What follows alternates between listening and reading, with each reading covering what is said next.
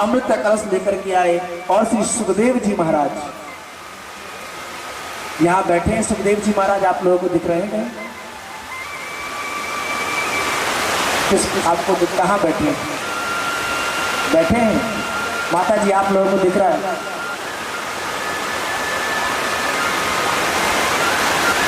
श्री सुखदेव जी महाराज दिख रहे हैं आप लोगों को? जो तोता यहाँ विराजमान है वही श्री सुखदेव जी महाराज है ना। श्री सुखदेव जी महाराज को प्रणाम करके अमृत का कलश सामने रख दिया और देवता बोले, महाराज हमने सुना है कि परीक्षित के सामने मृत्यु का भय उपस्थित हुआ था। अब कोई बात सत्य है, हमको सबको मृत्यु का ही भय है, हमसे पाप ना हो जाए, हमारे कष्ट दूर रहे, इसीलिए तो हम पूजन पाठ कर रहे हैं। अगर पूजन पाठ ना करें तो कष्ट बने रहेंगे, और कष्ट का मृत्यु का भय ना हो तो कोई एक अगरबत्ती भी ना लगाए, ये हम कहते हैं। अगर मृत्यु का भय अगर ना हो तो कोई एक अगरबत्ती ना लगाए। सुख में सुमिरन सब करें, दुख में सुमिरन सब करें, सुख में करे न कोई, और सुख में सुमिरन करें तो फिर दुख काहे को हो। जब दुख आया तब परमात्मा की शरण में गए, और जब जब बढ़िया चकाचक माल आता रहा, क्या जरूरत भगवान की, सब हम ही कर रहे हैं। परीक्षित के सामने मृत्यु का भय उपस्थित हुआ, इसलिए आप उन्हें कथा सुनाने चाह रहे हैं कि मृत्यु के भय को भी अगर कोई कथा दूर कर सकती है, कोई पुराण दूर कर सकता है, तो वो कौन सा पुराण है भक्तों? श्रीमद् भागवत महापुराण है, जो मृत्यु के भय को भी दूर कर सकता है। जिंदा में तो कल्याण करता ही है, इसका एक प्लस पॉइंट है, मरने वालों का भी कल्याण करती है कथा। जिंदा में तो करेगी जो लोग सुन पाए, पर जो इस संसार में नहीं है उनका भी कल्याण करने वाली ये कथा है। ऐसी कथा सुनाने जा रहे हैं आप परीक्षित को। महाराज जी अमृत का कलश हम ले आए हैं। भाई डिमांड होती, महाराज जी कितनी दक्षिणा लगेगी आपको कथा सुनाओगे आप? तो वहां कहा जा रहा है सुखदेव जी महाराज से कि हम अमृत का कलश लेकर के आ रहे हैं, अब आप ये कथा पूरी जो है वो हमें को सुना दीजिए। परीक्षित को यह अमृत पिला दीजिए तो वह मृत्यु भय से मुक्त हो जाएंगे। श्री सुखदेव जी को सुनकर के बड़ा आश्चर्य हुआ कि देवता लोग भी इतने स्वार्थी होते हैं। इस मृतलोक में तो आए दिन लोग मरते रहते हैं, ना हमने बुलाया ना परीक्षित ने पुकारा, तो फिर बिना बुलाए ही देवता अमृत ले आए। ये तो महान आश्चर्य की बात है। देवताओं ने यह प्रस्ताव रखा तो श्री सुखदेव जी महाराज बड़ी जोर से हंसने लगे भक्तों, और कहते हैं तुम्हारे आते ही मैं समझ गया था कि कुछ गड़बड़ है। क्यों? क्योंकि कथा में या किसी यज्ञ अनुष्ठान में भक्तों वही व्यक्ति भगवान का सुमिरन करता है जिसको कष्ट होता है, जिसको भय होता है, किसी चीज का डर होता है, किसी चीज की शंका होती है, तभी वो व्यक्ति परमात्मा को याद करता है। और अमृत पिलाने से क्या मृत्यु का भय दूर हो जाएगा? देवता भी तरस रहे हैं कि ये अमृतमयी कथा जो है वो हमें प्राप्त हो जाएगा। कह रहे अमृत का कलश जो है वो आप रख लीजिए, इतना बड़ा दुर्लभ है, और भगवान का जो अमृत है, भगवान का जो अमृतमयी कथा है, अद्भुत कथा है, जिसके बदले में हम देवता लोग वह अमृत देने को तैयार हैं। ऐसी मंगलमयी कथा आप हमको सुना दीजिए। और देवताओं ने अमृत सामने रख दिया, लीजिए महाराज परीक्षित को पिला दीजिए, और इसके बदले में हम या भगवान का जो चरणामृत है वो हमें पिला दीजिए। भाई उसको मृत्यु का भय है और ये अमृत है, अमृत पिला देंगे तो वो नहीं मरेगा, देवताओं का कहना है। पर ये जो कथा है वो आप हमको सुना दीजिए। अमृत से भी बढ़कर के अगर कुछ है भक्तों तो वो है ये कथा, और जो बड़े भाग्य से नसीब होती है, हर किसी को मिलती भी नहीं है भक्तों। बड़े नसीब से ये भाग्य हम कथा जो है हमको प्राप्त हो रही है। पर श्री सुखदेव जी महाराज कहते हैं कि कि तुम तो सौदागर बन करके आए हो, सौदा कर रहे हो, ये कथा सुनाओ, पर उसके बदले अमृत ले लो। सौदागर ही नहीं, अब तुम ठग बन करके आए हो, क्योंकि कोई कांच का टुकड़ा दे करके बदले में करोड़ों की कीमती बहुमूल्य मणि मांगे तो उसी सरासर ठगा ही कहा जाएगा। अमृत क्या है? इस कथा के सामने अमृत क्या है? कुछ नहीं। कहाँ कांच का टुकड़ा और कहाँ लाखों की मणि। ये भागवत महापुराण कैसे उस अमृत से प्राप्त हो सकती है, कैसे उसको दिया जा सकता है? ये करोड़ों की मणि का सुधा क्वा कथा लोकी क्वा काचा का मणि कहा ब्रह्मरा तो विचार एवं तदा देवस हास्य। सूत जी महाराज कहते हैं भक्तों, यह देव दुर्लभ कथा व्रत है, क्योंकि देवताओं को श्री सुखदेव जी ने काट करके वहां से भगा दिया, पर ये अमृतमयी कथा श्रवण देवताओं को भी उन्होंने नहीं कराई।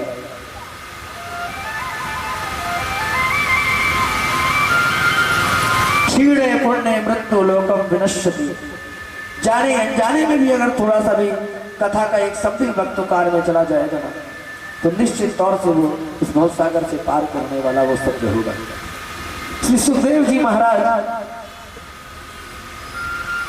स्वर्ग का सुधा अमृतत्व प्रदान करना चाह रहे हैं, पर हरि कथा अभय तत्व प्रदान करता है। सुखदेव जी महाराज ने अच्छे से तौल करके निर्णय लिया है कि हर दृष्टि से हरि की कथा ही दिव्य है, हरि की कथा ही कल्याण करने वाली है भक्तों। जहां पर विष्णुराज परीक्षित श्रोता हो और ब्रह्मराज जी सुखदेव जी महाराज वक्ता हो, ऐसे श्रोता और वक्ता को कौन छोड़ सकता है? अब ये श्रोता कौन है? श्रोता कौन है बताइए? श्रोता कौन है? आप लोग हैं।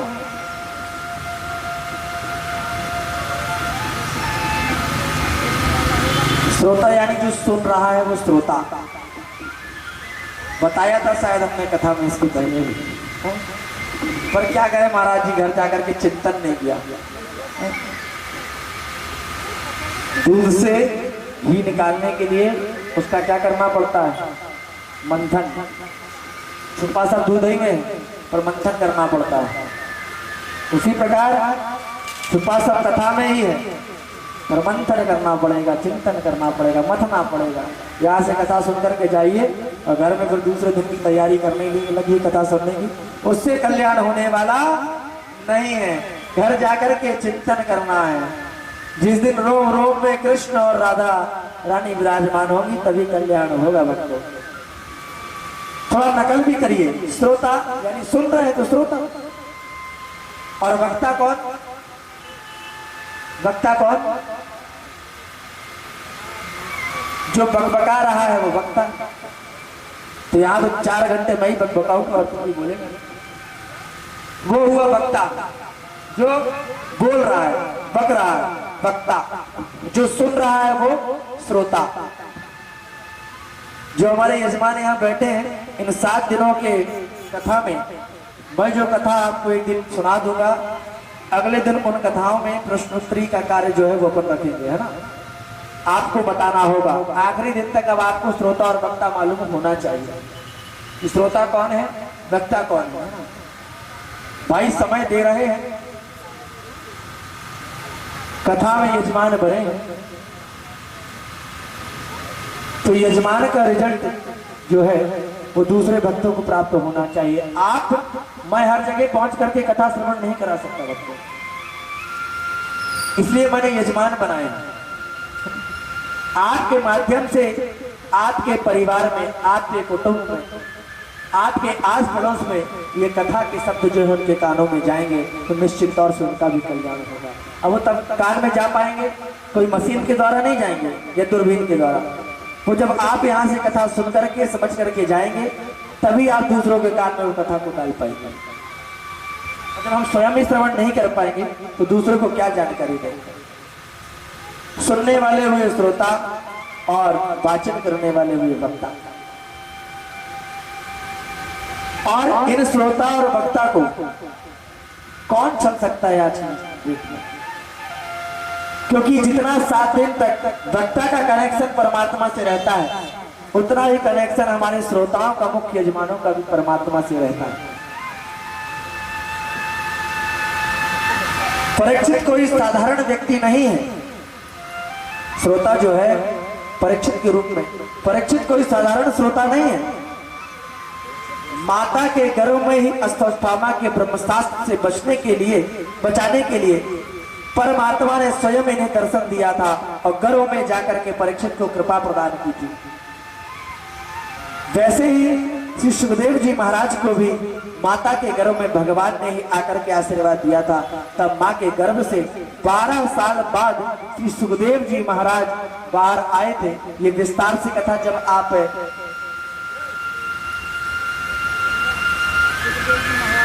परसों कथा श्रवण करेंगे सती चरित्र की, अमर कथा, सॉरी, जब आप परसों अमर कथा श्रवण करेंगे तो सुखदेव जी की पूरी कथा आपको श्रवण करने को प्राप्त होगी। भागवत के वक्ता और श्रोता दोनों ही मां के गर्भ में भगवान की कृपा का कवच धारण करके प्रकट हुए हैं भक्तों। इसलिए संसार में इनको छलने वाला कोई नहीं है और ना ही कोई ठगने वाला है। मैं 7 दिन की जवाबदारी यजमानों की लेता हूं कि इनको कोई नहीं छल सकता, ना कोई ठग सकता। प्रयास ये करूंगा कि 7 दिन के बाद भी ऐसा ना हो। हम जानना चाहते हैं कि इस कथामृत में ऐसी क्या विशेषता है इस कथा की, ऐसा क्या है इस कथा में। ब्रह्मा जी ने कहा कि पहले यह देखो कि परीक्षित का कथा सुनकर के क्या परिणाम हुआ। महाराज ये फूल अच्छा है, इसमें क्वालिटी क्या है ये बताओ, तब हम लेंगे। आज का समय ऐसा है। इसकी क्या विशेषता है कथा की? ब्रह्मा जी ने कहा कि पहले यह देखो कि परीक्षित का कथा सुन करके क्या परिणाम होता है। तो 7 दिन के बाद कथामृत पान करने वाले परीक्षित को जब परम पद प्राप्त करते हुए देखा तो ब्रह्मा जी भी आश्चर्यचकित रह गए। राजो मोक्षम तथा वीक्षा पुरा तथा विश्वतः सत्यलोके तुलाव्रत ध्यातो लय साधन मुक्ति से। एक ही साधन है ऐसा मुक्ति का जो साधन को परीक्षित जी महाराज को प्राप्त हुआ था। किसके रूप में? श्रीमद् भागवत की कथा के रूप में। जब ब्रह्मा जी ने महाराज परीक्षित का मोक्ष देखा तो आश्चर्यचकित हो गए। तराजू पर तौल करके देखा कि आखिर भागवत की क्या विशेषता है। तो तराजू के एक पलड़े पर भागवत जी को रखा और दूसरे पलड़े पर अनेक धर्म शास्त्र को रख करके जब उठा करके देखा तो सब देवता और महात्मा महान आश्चर्यचकित रह गए। श्रीमद् भागवत की तुलना में अन्य धर्म शास्त्र का पलड़ा एकदम ऊपर लटक गया और तुरंत महात्माओं ने घोषणा कर दी, मेरे रे भगवत रूपम शास्त्रम भागवतम कलो। साक्षात श्री कृष्ण ही कलयुग के कुलसित प्राणियों का कल्याण करने के लिए श्रीमद् भागवत में समाये हुए हैं। भागवत के एक श्लोक में समाये हुए हैं, भागवत जी के एक अक्षरों में समाये हुए हैं, भागवत जी के एक कॉमा विराम पैराग्राफ जो देते हैं, एक बिंदु में जो है वो कन्हैया समाया हुआ है। और वही भागवत रूपी कन्हैया हम सभी का कल्याण करने वाला है भक्तों। इसलिए ये कथा इतनी पावन और मंगल करने वाली है। हर एक अक्षर में जिस प्रकार माले में एक मोती गुरा होता है, उसी प्रकार माले का धागा जो है वो भागवत है। और इसके अंदर जो मोती छुपे हुए हैं, वो शब्द छुपे हुए हैं, वो एक शब्द एक मोती जो है वो कृष्ण का मोती है। कृष्ण के रूप में वो मोती इस कथा में एक शब्द के रूप में, श्लोकों के रूप में, अध्यायों के रूप में, स्कंधों के रूप में विराजमान है। और यही हम सबका कल्याण करने वाली है। साक्षात भगवान का आवांगमय है। अभी हमने पहला प्रश्न किया था भगवान सत्य स्वरूप है, हमने जाना, पर भगवान है कहाँ? भगवान कहीं गया नहीं है भक्तों। भगवान इसी भागवत जी में कन्हैया विराजमान है। एक शब्दों को अगर पढ़ा जाए, उसका पाठ किया जाए तो निश्चित तौर से 18,000 श्लोक पूरे होने से पहले आपको किसी न किसी पन्ने में एक बार कन्हैया के दर्शन जरूर होंगे भक्तों। अगर श्रद्धा है, भाव है और विश्वास है, तो निश्चित तौर से श्रद्धा और भाव के कारण परमात्मा को दर्शन देने के लिए किसी न किसी पेज में, किसी न किसी शब्द में, न किसी श्लोक में आना ही होगा, क्योंकि भक्तों की इच्छा को पूरा करने के लिए ही परमात्मा इस धरती पर आते थे, आए हैं और आते रहेंगे भक्तों। सूत जी ने प्रश्न किया, महाराज यह 7 दिन में सुनने की परंपरा कैसे प्रारंभ हो गई? सूत जी कहते हैं कि सनक, सनंदन, सनातन और सनत कुमार इन चारों ऋषियों ने देव ऋषि नारद जी को सुनाकर के यह कथा सप्ताह की परंपरा को प्रारंभ किया है। सौनक जी ने पूछा, नारद जी तो 2 घड़ी से कहीं ठहरते नहीं है, 2 घड़ी से ज्यादा चलते ही फिरते रहते हैं, कहीं टिकते ही नहीं है, तो ऐसे अस्थिर नारद जी ने 7 दिन बैठ करके भागवत को कैसे सुना, कहाँ सुना और क्यों सुना, कृपया कर बतलाने की कृपा करें। सूत जी महाराज कहते हैं, एक समय की बात है, विशालापुरी, ये विशालापुरी कहाँ है? कहाँ है विशालापुरी?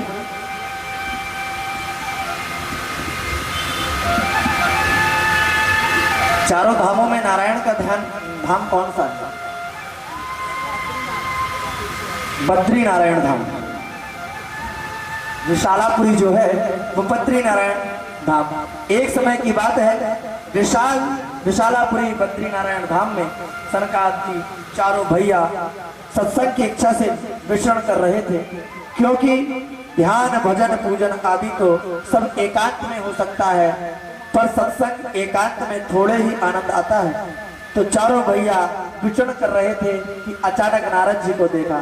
चारों भैया कौन? चारों भाई कौन थे?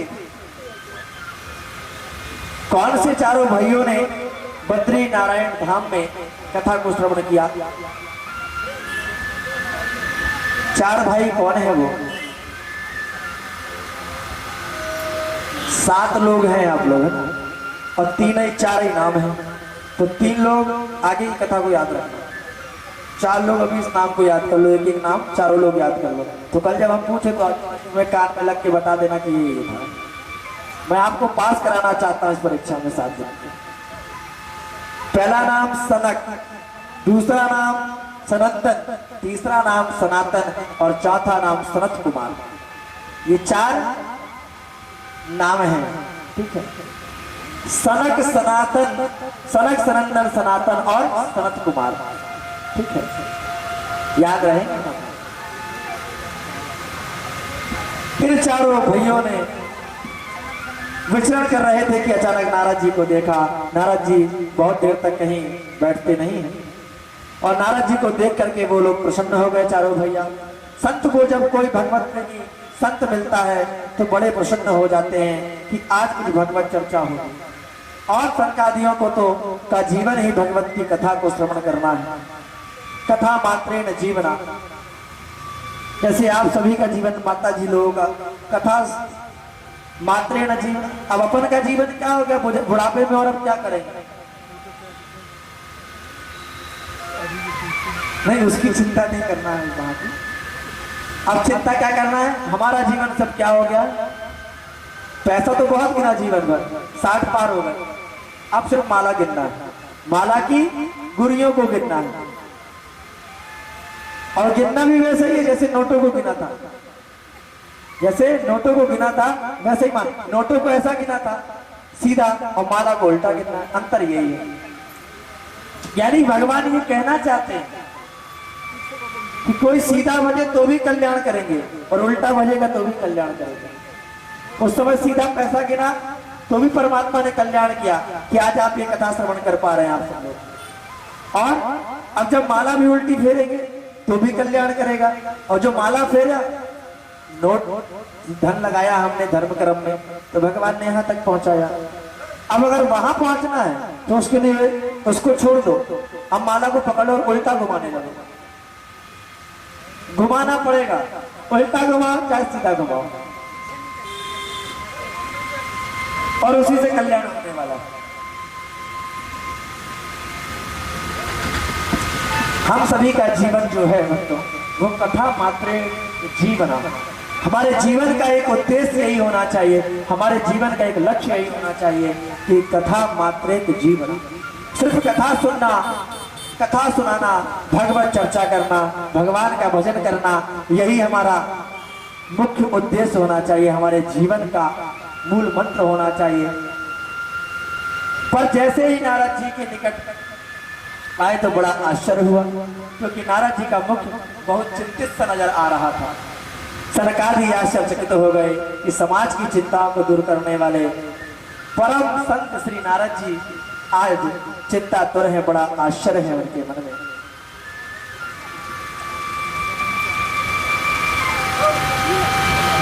इस संसार में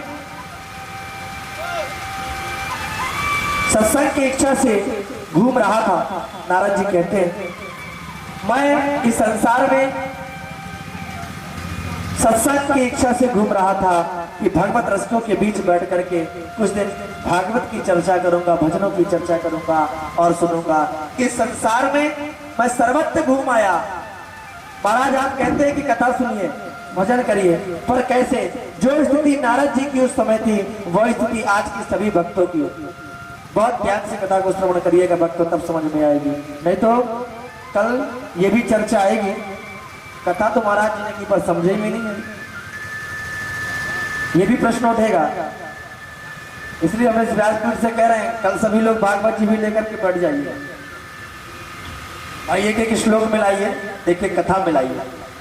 कथा तभी उसी व्यक्ति को समझ में नहीं आती है जो व्यक्ति, जैसे चर्चा क्या चल रही नारद जी की, अब पता चला जब हम भक्ति महारानी की चर्चा करेंगे तो थोड़ी सी उन्होंने नारद जी की कथा सुनी, थोड़ी सी भक्ति महारानी की सुनी, अब बोला महाराज जी कथा छोड़ दिए थे, आगे बढ़े।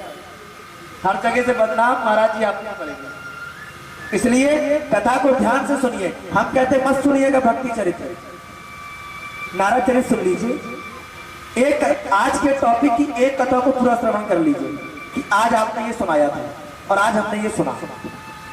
और जो व्यक्ति मन लगा करके कथा श्रवण करता है वही व्यक्ति ये नहीं कहता है कि महाराज जी कथा समझ में नहीं आई, पन्ने पलटा दीजिए क्या। व्यवस्था सब प्रकार की है महाराज जी के पास,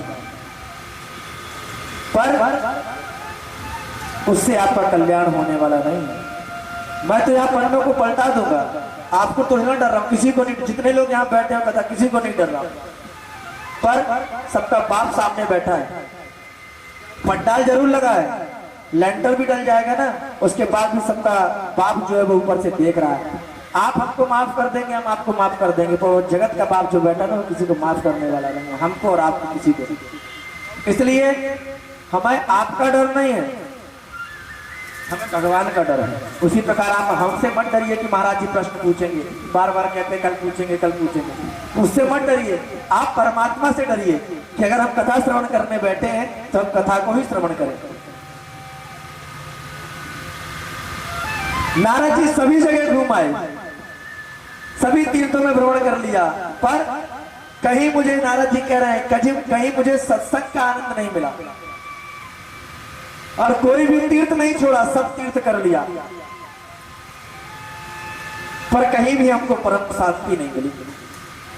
नारद जी कहते हैं पुष्करम च प्रयागम च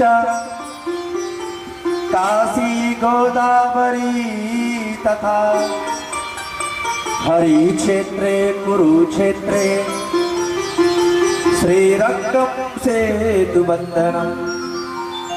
पुष्करम च प्रयागम च काशी गोदावरी तथा, पुष्कर भी गया, प्रयागराज भी गया, काशी भी गया, गोदावरी भी गया, गौरी घाट भी गया, हरि क्षेत्र भी गया, कुरुक्षेत्र भी गया, श्रीरंग सेतु बंधनम, सारे तीर्थों को कर लिया, पर कहीं भी शांति नहीं मिली। और वही हाल यहाँ भी है, इस युग में भी। महाराज जी चारों धाम हो लिए 3-3 बार, सारे तीर्थ कर लिए, पर शांति नहीं है, किसी ना किसी रूप से परेशान जरूर है।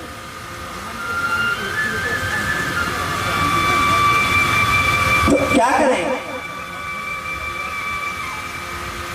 मैंने देखा कि पूजन करो, नारद जी कह रहे हैं हर तीर्थों में भगवान का पूजन हो रहा है, पाठ हो रहा है, पर सिर्फ और सिर्फ भक्त अपने कल्याण के लिए जो है उस कार्य को कर रहे हैं। तब मुझे कुछ भी समझ में नहीं आया, तब मैं सीधे वृंदावन की ओर बढ़ गया। सभी तीर्थों की ओर घूम गए, वो कुछ नहीं मिला, और लास्ट में कहां गए वो? वृंदावन। और वहां वो क्या देखते हैं, मतलब तीर्थों का भ्रमण ही कर रहे थे, तीर्थों में भ्रमण करते करते वो वृंदावन पहुंचे, और वहां क्या देखते हैं? मृत्युलोक में यह सब देख करके मेरा चित्त एकदम अशांत हो गया। नारद जी बड़े दुखी इसीलिए थे कि मैं सब जगह गया अपना कल्याण करने के लिए कि कहीं ना कहीं से मेरा कल्याण हो, पर हो नहीं पाया। बड़ा अशांत हो गए नारद जी। नारद जी ने सोचा कि अब कहाँ जाएं। तब मुझे तुरंत श्रीधाम वृंदावन का स्मरण हो गया नारद जी को, और मेरे प्रभु की दिव्य प्राकृत्य भूमि के यमुना पुलिन पर मेरे चित्त को अवश्य विश्राम मिलेगा, ऐसा मन में विचार श्री नारद जी महाराज ने किया। ऐसा विचार करके श्री नारद जी महाराज सीधे यमुना तट पर श्री धाम वृंदावन में पहुंचे। पर वहां भी पहुंच करके एक आश्चर्य देखा। क्या आश्चर्य देखा? नारद जी ने देखा कि एक युवती खिन्न मिन्न होकर के बैठी हुई, आंखों से आंसुओं को बहाती हुई बहा रही है, और दो बुढ़े उसके सामने अचेतन अवस्था में पड़े हैं। तमाम देवियां पंखा हिला रही हैं, उसकी सेवा कर रही हैं, और वो बेचारी रो रही है। कौन है? नारद जी ने सोचा चल करके मैं इसका कष्ट दूर करने का प्रयास करूं, क्योंकि संतों का हृदय बड़ा कोमल होता है। संतों का हृदय, भक्तों का हृदय बड़ा कोमल होता है। जिसके अंदर भक्ति होगी भक्त हो ना, उसका जो हृदय बड़ा कोमल होगा। उसी प्रकार नारद जी के अंदर भक्ति तो थी, पर उनका हृदय कोमल था, और कोमल हृदय होने के कारण उन्होंने सोचा कि बड़ी भीड़ लगी हुई है, दो बुजुर्ग पड़े हैं, जाकर के देखना चाहिए क्या बात है। सो महाराज उसको दुखी देख करके मेरा मन भी द्रवित हुआ, और नारद जी महाराज उनके पास गए। फिर मैंने सोचा कि केवल मन हो रहा है कि जाएं। हमारा मन दो प्रकार की बातें करता है भक्तों। एक मन लगता है ये काम कर ले, और एक मन लगता है ये काम ना करें। पर हम उस काम को करते हैं जिसमें हमारा मन कहता है कि नहीं, इस काम को ना करो, उसको हम करेंगे। पर हमारा मन जिस काम के लिए यहाँ कहेगा, उस काम को हम कभी नहीं करेंगे। मन में विचार आता है कि कथा सुनना चाहिए, एक मन में विचार आता है कि नहीं सुनना चाहिए, आज नहीं जाते कल से जाएंगे कथा सुनने। हम ना जाने वाले, कथा में ना जाने वाले मन का ज्यादा सुनते हैं, पर जो मन हमारा ये कहेगा कि कथा श्रवण करने चलना चाहिए, उस मन को हम कब ध्यान देंगे, उसकी बात को कब मानेंगे। उसी प्रकार नारद जी के मन में भी यही प्रश्न उठा कि केवल देवियों का ही समुदाय बैठा है, यहाँ कोई पुरुष वर्ग नहीं दिख रहा। अब मैं उनके बीच में जाकर के कहूँ कि देवी ही क्यों रो रही है, क्या कष्ट है, और अनेक तमाम बातें करूं तो शायद वो उत्तर ना दें, नाराज ना हो जाए। इसलिए नारद जी वहां नहीं गए। नारद जी सीधे वहां से निकल गए, उस जगह पर खड़े नहीं हुए। पर जब उस देवी ने मुझे देखा, नारद जी कहते हैं कि जब उस देवी ने मुझे देखा तो तुरंत आवाज लगाई, भव भव साधु क्षण तिष्ठ मपि चिंतामपि नाशय दर्शनम तव लोकस्य सर्वथा हरम परम। महाराज कहाँ भाग रहे हो, एक मिनट के रुकिए तो सही। आप जैसे संतों के दर्शन मात्र से ही जीव का कल्याण होता है। मेरे तो न जाने कितने जन्मों के भाग्योदय हुए जो आपके दर्शन प्राप्त हुए। आपके तो दर्शन मात्र से जीव दुख दारिद्र दूर हो जाता है जीव का। नारद जी कहते हैं भैया, जब उन्होंने इस प्रकार से हमें बुलाया तो हम उस देवी के पास गए और हमने पूछा, यानी आप कौन हैं, और क्वा किमो, ये दोनों जो बुजुर्ग आपके आजू बाजू पड़े हैं ये कौन है, ये दोनों बुढ़े जो पड़े हैं वो कौन है, परिचय दीजिए, तुम्हारे क्या लगते हैं, और क्या इमा मतलब ये जो भीड़ लगी हुई है क्यों लगी हुई है, ये जो देवियां आपको घेर करके खड़ी हैं यह सब कौन है और